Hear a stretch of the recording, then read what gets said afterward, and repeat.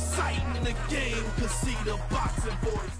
This is the Boxing Voice with Jim McDonnell, James Degale's trainer. How's camp going so far? Yeah, you know, couldn't wish for a better camp really. He's trained harder than he did when he won the world title, which is part of his mantra because of Marvin Hagler's attitude. So yeah, he's in a good place. He's really put a good camp in, and as you see today, he's in great shape, and looking forward to doing the job now. When will you guys be going over to Canada? Are you going to go last minute, or are you going to have time to adapt out there? Any ideas when you're going over? Yeah, we're going on Wednesday. It's extremely cold out at the moment, something crazy below. So we're going out there with 10 days before the fight. We went out there a couple of weeks ago, so ain't a problem. The time difference is only 5 hours. So yeah, so we'll be leaving this Wednesday to go and do the job. Obviously, knowing it's so cold out there, have you been doing anything here that you don't normally do to prepare yourself for the cold? No, not really. James just prepared by going to Canada for the press conference. It told us how cold it was going to be. It was really cold, and so we've got all the winter wonderland. So yeah, so we're ready to go out there, and we're ready. It won't be a problem. I mean, Bute he's not in the, he's coming off a severe loss to Carl Froch. Do you think it's a different Lucian Bute, or do you think this guy can actually find another gear in his career? Lucian Bute was a 5-year world champion. We've prepared for that, Lucian Bute. Everyone's got their opinions about what's left in the tank, but that's not that's no relevance to James at all. James is prepared for the best of Lucian Bute. He's prepared thoroughly. He's prepared diligently, and he's ready to go out there. He's fully focused on the best of Lucian Bute. So whatever Lucian Bute has done, that's his problem. It's all about James Degale. Just going back to that Degale fight, basically, because obviously James Degale, he got out really well. He was probably 6 rounds up.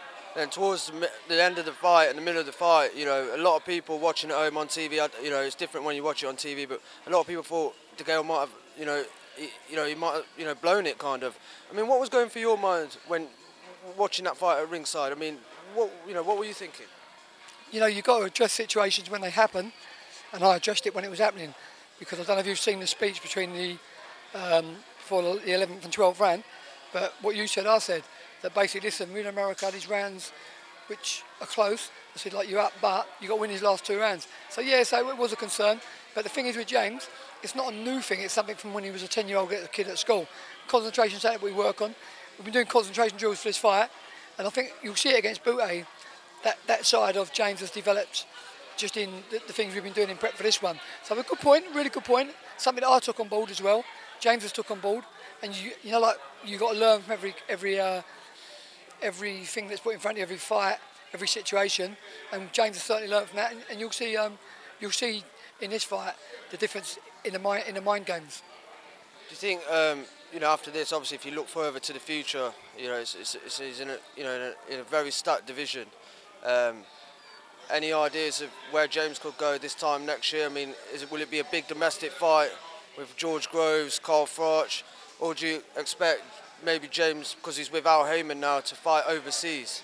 Yeah, I think the thing is with James, I think, no disrespect to any other one where they've done it, James has got his own agenda. He wants to be global, not just local. That was his words.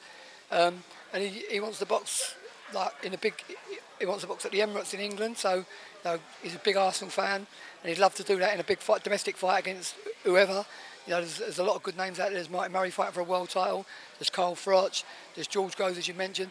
But also on the world scene out there, James is looking at Badou Jack's WBC title, looking at winning the WBA title that Andre Ward's just vacated.